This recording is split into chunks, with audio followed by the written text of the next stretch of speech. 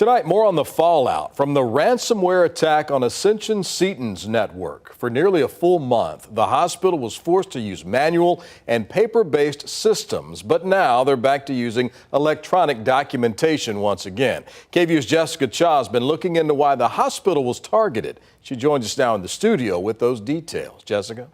Yeah, Brian, I reached out to the hospital earlier today, and they said they're not commenting further on the situation at this time. I did speak to cybersecurity experts out of Dallas who tells us what hackers are looking for when they attack a system and why.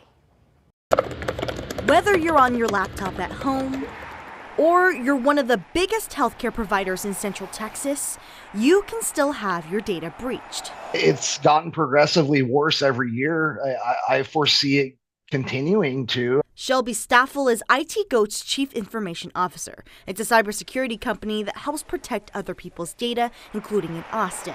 He says the ransomware attack at Ascension Seton last month is just one example of many breaches nationwide last year. In 2023, $1 billion was paid in ransomware payments. They are going to continue to hammer us as long as there's a financial gain there. Staffel says ransomware is when a hacker locks up data into an encrypted file that no one can access, essentially holding it hostage. The higher value the data, the bigger the potential payout. What is not more high value than a bunch of medical records? There's an incentive there for the hospital to pay it because now they can't work on anybody. It's become a medical emergency. For a month, the hospital was forced to use manual and paper-based systems, but they say they restored access to their technology earlier this week. But what happens to people's data? Staffel says this could be a possibility. Now you become a commodity. You start being traded on the dark web. He says you can hire services that can monitor the dark web and your credit.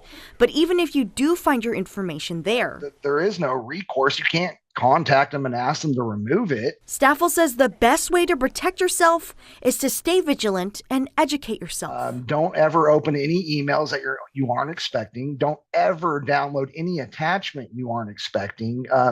I hate to say it, but you have to be very paranoid. He says cyber attacks like these are evolving all the time, and we all have to adapt because it can happen to anyone. In Austin, Jessica Cha, KVUE News.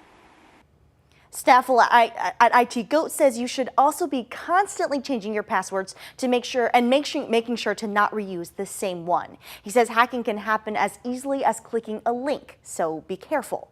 Live in studio, Jessica Cha, KVUE News. Good advice.